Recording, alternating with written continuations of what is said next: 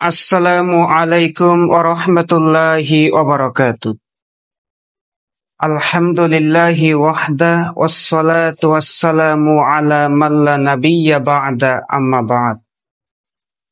সমস্ত প্রশংসা আল্লাহর জন্য, দরুদ ও শান্তি অবতীর্ণ হোক প্রিয় নবী মুহাম্মদ সাল্লাল্লাহু আলাইহি ওয়াসাল্লাম এর প্রতি।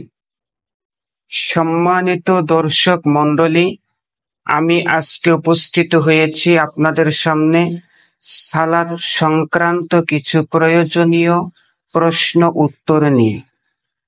চলে যাই প্রশ্ন উত্তরে। সালাতের ভিতরে মোবাইল ফোন সামনে রাখা যাবে কি? খুব গুরুত্বপূর্ণ একটি প্রশ্ন।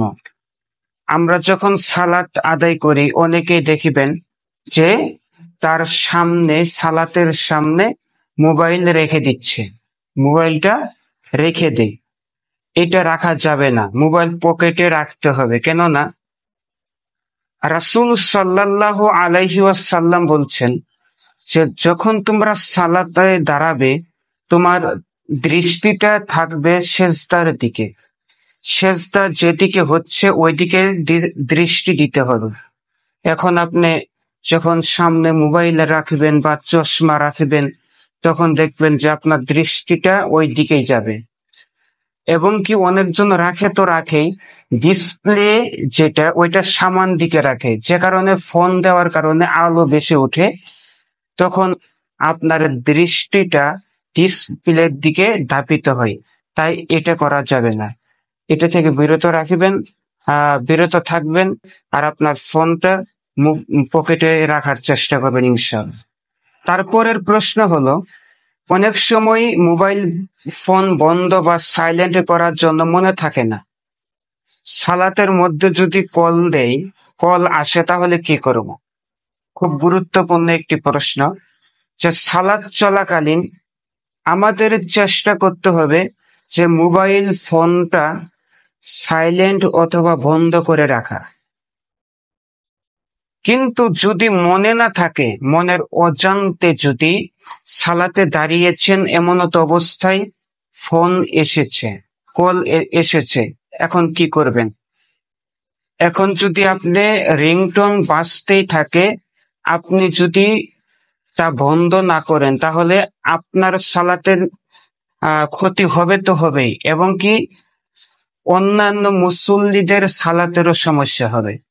তাই আপনি এক হাত দিয়ে, আপনি কোনো দিকে তাকানো যাবে না, পকেটে হাত দিয়ে, এক হাত দিয়ে মোবাইলটা বন্ধ বা সাইলেন্ট করতে হবে।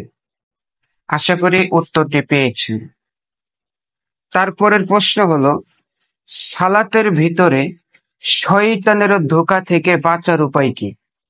শয়তান এত খারাপ যে যখন একজন ব্যক্তি আল্লাহর ইবাদত করার জন্য মসজিদে প্রবেশ করে সালাত আদায় করে, তখন শয়তান সালাতের ভিতরেও ধোঁকা দেয়। শয়তান মানুষের প্রকাশ্য শত্রু। তো সালাতের ভিতরে ধোঁকা মানে কি? আপনার সালাত আদায় করেছেন, আপনার মনোযোগ নষ্ট করে দিবে, দুনিয়াবি কোনো কথা স্মরণ করে দিবে। তো এ থেকে বাঁচার উপায় হলো, এই কথাগুলো যখন স্মরণ হবে, তখন বাম দিকে থু থু থু এইভাবে 3 বার থুথু নিক্ষেপ করবেন, এবং আউযু বিল্লাহি মিনাশ শাইতানির রাজিম এটা পাঠ করবেন। ইনশাআল্লাহ শয়তানের ধোঁকা থেকে বাঁচবেন। তারপরের প্রশ্ন, সালাত চলাকালীন অবস্থায় সামনে দিয়ে যাওয়া যাবে কি?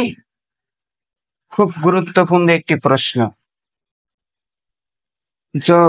তো যখন আমরা অনেক সময় দেখি সালাত চলাকালীন অবস্থায় আমরা সালাতকারীর সামনে দিয়ে চলে যাই বা যাওয়া আসা করি, এটা করা যাবে কি যাবে না? মিশকাতে 776 নাম্বার হাদিস, যে রাসূল সাল্লাল্লাহু আলাইহি ওয়াসাল্লাম বলেছেন, কেউ যদি জানতো যে সালাতকারীর সামনে দিয়ে যাওয়া কত বড় পাপ, তাহলে সে 40 বছর বা 40 মাস বা 40 দিন সেখানে দাঁড়িয়ে থাকতো, তবুও সালাতকারী সালাম শেষ হওয়ার আগ পর্যন্ত, সালাম শেষ না হওয়ার আগ পর্যন্ত সে সালাতকারীর সামনে দিয়ে যেত না।